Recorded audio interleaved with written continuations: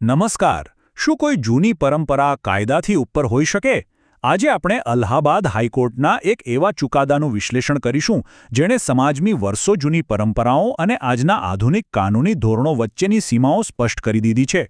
આ એક એવો કેસ છે જે ખરેખર કાયદા વિશે એક નવા જ દૃષ્ટિકોણથી વિચારવા માટે મજબૂર કરી દે છે. આજે આપણે 5 મુખ્ય બાબતો પર નજર કરીશું. પહેલા બધાઈનો રિવાજ, પછી હાઈકોર્ટમાં થયેલી અરજી, ત્યારબાદ રિવાજ વિરુદ્ધ ખંડણીનો મુદ્દો, 2019નો ટ્રાન્સજેન્ડર એક્ટ અને છેલ્લે સુપ્રીમ કોર્ટમાં જવાનો વિકલ્પ. તો ચાલો શરૂઆત કરીએ. સૌથી પહેલા આપણો પહેલો મુદ્દો બધાઈનો રિવાજ. આ અદાલતી ચુકાદાને ઊંડાણપૂર્વક સમજવા માટે પહેલા એની પાછળની વર્ષો જૂની સાંસ્કૃતિક પૃષ્ઠભૂમિ સમજવી પડશે, જેણે આ કેસને છેક અદાલતના દરવાજા સુધી પહોંચાડ્યો. હવે કાયદાની વાત કરીએ તો ભારતીય ન્યાય સંહિતાની કલમ 308 ખંડણી એટલે કે એક્સટોર્શનની બહુ કડક કાનૂની વ્યાખ્યા આપે છે. સીધા શબ્દોમાં કહીએ તો ડરાવી ધમકાવીને કે ભય ઊભો કરીને કોઈની પાસેથી પૈસા કઢાવવા એ ખંડણી છે. અહીં વિચારવા જેવી વાત એ છે કે આપણો કાયદો આટલો કડક છે અને તે આપણી સામાજિક પરંપરાઓ સાથે કેવી રીતે સીધો અથડાય છે એ જોવું ખરેખર રોમાંચક છે. આપણે બધા જાણીએ છીએ કે ભારતમાં બધાઈની પરંપરા ઐતિહાસિક રહી છે. લગ્ન હોય કે ઘરમાં બાળકના જન્મનો ખુશીનો પ્રસંગ હોય, કિન્નર સમુદાયના લોકો આવે છે, આશીર્વાદ આપે છે અને રાજી ખુશીથી ભેટ સ્વીકારે છે. ઐતિહાસિક રીતે જોઈએ તો આ એકદમ સહમતિથી ચાલતું આદાનપ્રદાન રહ્યું છે. એમાં ક્યાંય કોઈ જબરજસ્તી નહોતી. તો પછી આટલી ખુશીની પરંપરા ઔપચારિક કાનૂની વિવાદમાં કેવી રીતે ફેરવાઈ ગઈ?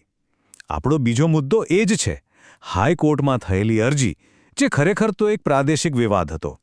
એ જાણીને કદાચ નવાઈ લાગશે કે 15 એપ્રિલ 2026ના આ ચુકાદાનું મૂળ કારણ બહારની કોઈ વ્યક્તિની ફરિયાદ નહોતી. હકીકતમાં આ કિન્નર સમુદાયના જ 2 સભ્યો વચ્ચેનો અંદરોઅંદરનો પ્રાદેશિક વિવાદ હતો.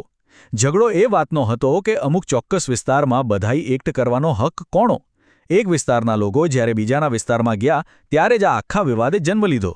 અને આ જ બાબત રેખાદેવી દ્વારા દાખલ થયેલી રિટ પિટિશનનું મુખ્ય આધાર બની. અરજદારનો દાવો હતો કે બંધારણના આર્ટિકલ 13 અને મૂળભૂત અધિકારો 14, 19 અને 21 હેઠળ બધાઈ ઉઘરાવવી એ એમનો પરંપરાગત અને મૂળભૂત અધિકાર છે. પરંતુ સામે પક્ષે કાનૂની વાસ્તવિકતા સાવ અલગ છે. રાજ્યનો તર્ક એ હતો કે બળજબરીથી પૈસા વસૂલવા માટે કાયદામાં કોઈ જ સમર્થન નથી.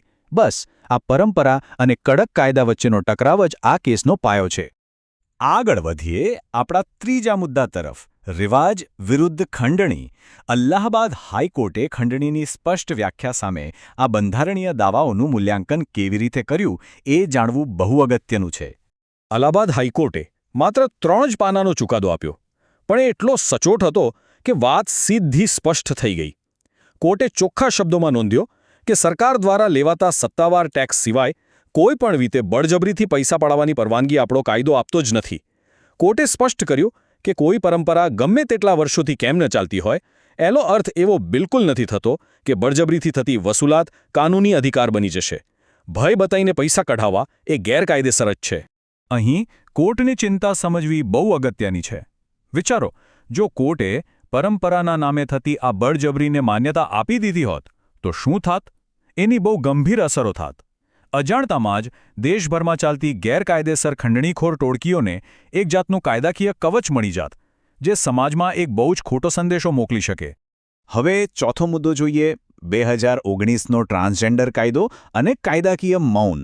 આ આખી પ્રથાને માત્ર જૂના રિવાજોના ચશ્માથી ન જોવાય, કિન્નર સમુદાયના રક્ષણ માટે બનેલા આધુનિક કાયદાના સંદર્ભમાં જોવી પણ એટલી જરૂરી છે. જો 2019નો ટ્રાન્સજેન્ડર પર્સન્સ એક્ટ સમુદાયના અધિકારોનું બહુ જ વ્યાપક રક્ષણ પૂરું પાડે છે, છતાં પણ હાઈકોર્ટે એક બહુ જ રસપ્રદ વાત નોંધી. આટલા વિસ્તૃત કાયદામાં પણ ક્યાંય એવો એક પણ શબ્દ નથી જે કોઈને પણ બળજબરીથી આર્થિક વસૂલાત કરવાની કે ભંડોળ માંગવાની કાનૂની સત્તા આપતો હોય. કાયદાની આ ચૂપકીદી જ ઘણું બધું કહી જાય છે. તો હવે શું? આ રિટ પિટિશનને તો સત્તાવાર રીતે ફગાવી દેવામાં આવી છે. આ જોઈને સ્વાભાવિક રીતે જ પ્રશ્ન થાય કે શું કાનૂની રસ્તો અલ્હાબાદ હાઈકોર્ટમાં પૂરો થઈ જાય છે?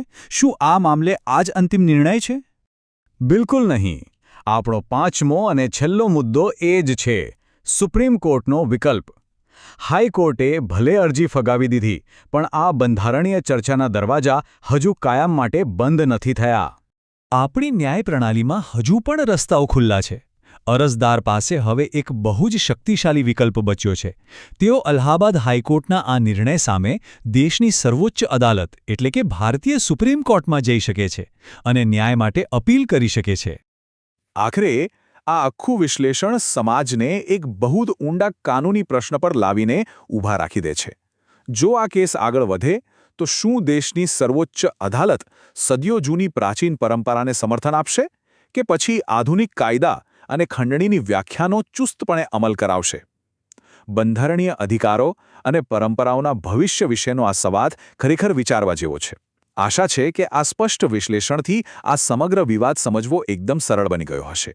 શીખતા રહો અને વિચારતા રહો.